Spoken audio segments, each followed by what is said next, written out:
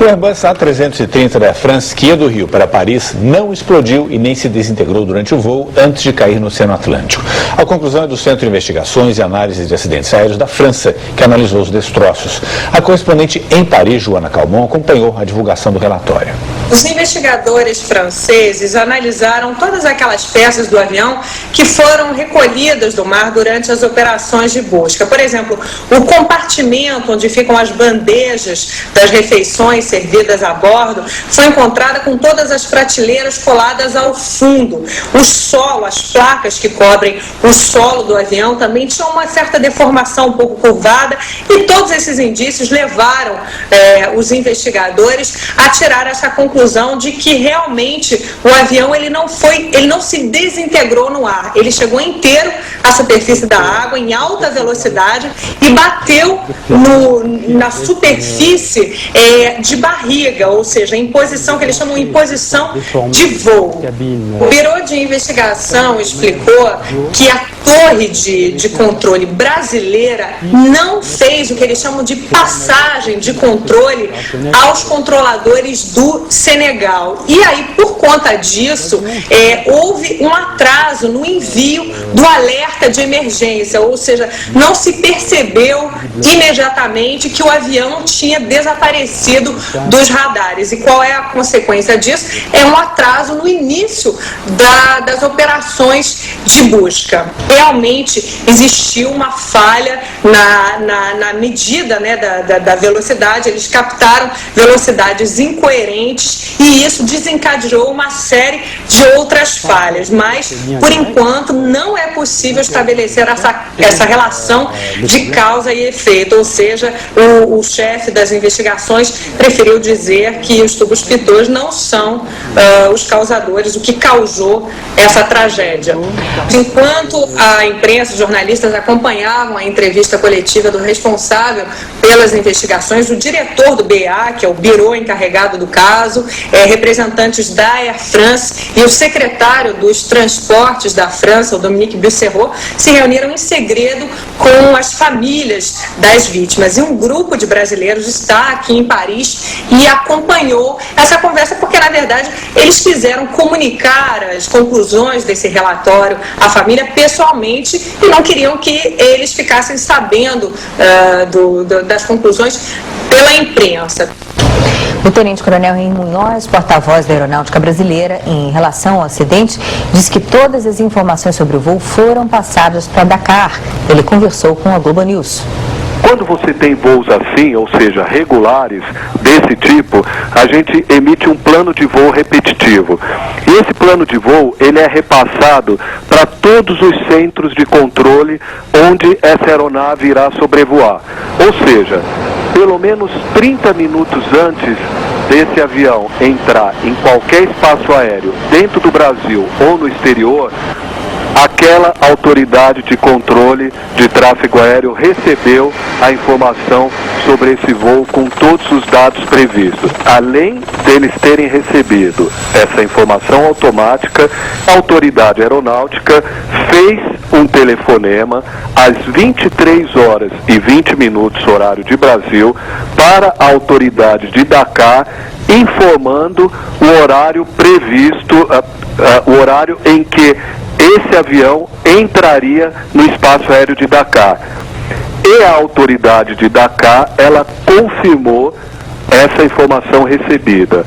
Existe um acordo operacional entre Brasil e Dakar, no sentido de que se a aeronave entrar nesse horário previsto, naquele espaço aéreo, ou até em 3 minutos depois, fica considerada transferência automática para Dakar, sem ser necessário que se faça um contato para dizer, olha, estamos confirmando que o avião entrou aqui.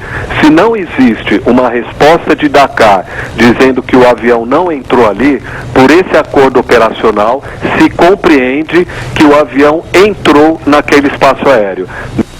Para falar justamente sobre o relatório da França, está aqui no estúdio o especialista em aviação, Gustavo Cunha Mello. Acho que para quem é especializado na área da aviação, talvez o relatório não traga muita surpresa, mas para quem não é, fica essa dúvida do como foi de fato esse acidente. O que a gente imagina numa queda dessas é que o avião explode, ou que ele se desintegre, ou que ele caia naquela posição que você imagina que o avião caia, digamos, de bico. Mas o relatório aponta que ele tocou o mar de barriga, em altíssima velocidade. O que de fato aconteceu ali para chegar no mar nessa posição? Dá para se deduzir isso com o relatório? Bom, a gente tem uma árvore de eventos possíveis e pode deduzir alguns eventos possíveis ou prováveis. Inclusive, até falando sobre essa crítica da França ao Brasil, né, para entrar no assunto, eles no começo falaram que podia ter sido uma bomba ou uma sabotagem feita no galeão. Eles quem? A França. Uhum. E inclusive um especialista francês foi aos jornais franceses falar sobre isso. Que havia pouco controle. Que havia pouco controle no Brasil e tal. Agora eles estão corretamente dizendo que não foi explosão, que desde o começo nós aqui no Brasil falamos que era muito, muito, muito improvável, dada a regulação do aeroporto do Galeão, a fiscalização da aeronáutica, o rigor da aeronáutica brasileira nos aeroportos. Não é muito fácil e não é nem por causa de bomba, porque a gente não tem histórico de terrorismo no Brasil. A gente não tem nenhuma história disso na aviação. É mais por causa de drogas, de tráfico de drogas. Então é super fiscalizado os aeroportos, são fiscalizados os aeroportos. Então não é fácil alguém invadir o espaço do aeroporto e colocar uma bomba no avião. Esse é o primeiro ponto. Então essa mesma crítica que foi feita àquela época, agora se desenha dizendo que nós não repassamos o voo, que é completamente absurdo, muito pouco provável que isso tenha acontecido, não tem nenhuma razão para isso acontecer. A aeronáutica é muito correta nisso, inclusive o controlador do espaço aéreo da aeronáutica estava se livrando do trabalho, ele estava passando o trabalho, óbvio que ele ia passar o trabalho para o de Dakar. A respeito das hipóteses prováveis, então eliminadas as causas bomba, sabotagem, etc., não quer dizer que o avião não tenha, que ele tenha descido completamente na horizontal. Ele pode ter sim descido na vertical e o piloto estava tentando estabilizar o avião e quando tocou no oceano já tocou numa posição horizontal. Ele pode ter descido, é possível ter descido em ambas as posições, tanto vertical quanto horizontal. Então, dada a velocidade com que ele desceu, possivelmente ele ter descido num ângulo em direção ao oceano. Talvez o fato do choque ter sido em altíssima velocidade comprove isso, de ter descido vertical e depois estabilizado. Exatamente. Pois mas se havia uma velocidade tão intensa assim, o piloto ainda estava atuando lá, já não tinha havido uma despressurização e todo mundo, enfim.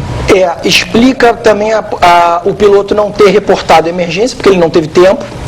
Explica a velocidade, explica a violência do impacto, explica uma série de coisas, essa possibilidade. Inclusive, como a gente não tem muitas evidências, nós trabalhamos com o quê? Com situações da história desse avião, A330, que tem acontecido recentemente. Do modelo e daquela aeronave em particular, né? Então, exatamente. Então, esse avião, o que acontece? Recentemente, aconteceu com a Qantas Airlines, dois acidentes muito similares, em que foi jogado para cima o avião. Vamos supor que o computador de bordo, o famoso Adiru, ficou famoso por causa desse acidente, tenha jogado o avião para baixo ao invés de jogar para cima. O piloto ficou lutando para controlar o avião, conseguiu colocar ele na horizontal, mas já estava muito próximo ao mar e aí ocorreu o acidente. É uma hipótese, uma das hipóteses possíveis. Tem algumas outras e, por exemplo, dele ter ingerido uma quantidade muito grande de gelo, aí sim ele teria, a única hipótese dele ter descido todo na horizontal, na posição de voo, são as duas turbinas terem ingerido uma grande quantidade de gelo e aí perdendo potência. Perdendo potência, vai perdendo velocidade, vai baixando, até colidir com o mar. Gustavo, em relação às caixas pretas, assim, ainda seria fundamental, na sua opinião, a gente ter a caixa preta de voz, uma vez que a caixa preta de dados, a rigor, essas informações, a Air France e a Airbus sempre tiveram ao longo do trajeto do avião? Sim, perfeito. A família Airbus, todas as aeronaves da família Airbus, do A310 antigo ou 319, o mais usado recentemente, até o A380 acabou de ser lançado, todos eles têm um sistema Makers, ou que é ligado a um software que chama FOCA, que é Flight Operational. Ele pega todos os dados, todos os parâmetros de voo, ou seja, se o piloto apertou um botão na cabine do avião, isso é transmitido eletronicamente, em tempo real, para a Airbus e para a Air France. Então, quer dizer, todos os parâmetros de voo, que seriam uma das caixas pretas, que é o par de voz e dados, a de dados, já tem, essa quantidade de dados já está em poder da Air France e da Airbus. A voz, que seria também fundamental para complementar a investigação, é que falta ser achada. Só para a gente encerrar, a chance de encontrar a caixa preta agora, que já se passaram 30 e poucos dias, acho que já não existe mais aquele sinal que facilitaria encontrar Exatamente. a caixa, não é isso? Para a gente ter uma ideia do sinal, é como se você pegasse uma lâmpada e ligasse numa bateria. A bateria vai enfraquecendo, a lâmpada vai ficando com a luminosidade cada vez mais fraca. Então a chance vai diminuindo, porque o sinal... Embora tenham outros métodos para se achar, com sonares, com navios e tal, pode tentar achar o corpo, a carcaça do avião e, consequentemente, a caixa preta. Muito obrigado, conversando.